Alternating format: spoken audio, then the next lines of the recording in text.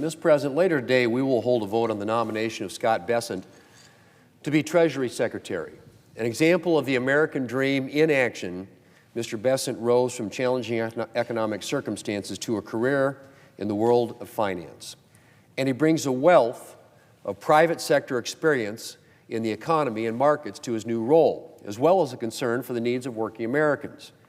Mr. President, during President Trump's first administration, we passed major tax relief legislation. The Tax Cuts and Jobs Act reformed our nation's outdated tax code, lowered tax rates across the board, nearly doubled the standard deduction, doubled the child tax credit, and enacted pro-growth policies for American businesses of all sizes.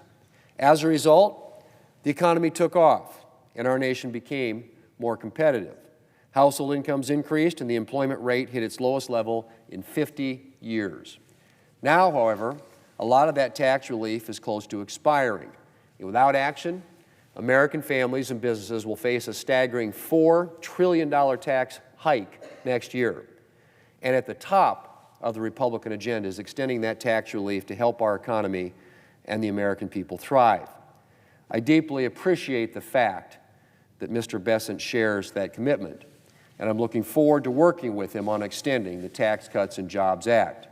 I'm also looking forward to working with him to help ensure that American businesses, large and small, remain competitive in the global economy. Over the last 4 years, we've witnessed the Biden administration's embrace, the Biden administration embrace the Organization for Economic Cooperation and Development and negotiate with nations around the world on a Pillar 2 global minimum tax regime. All, I might add, without consulting Congress.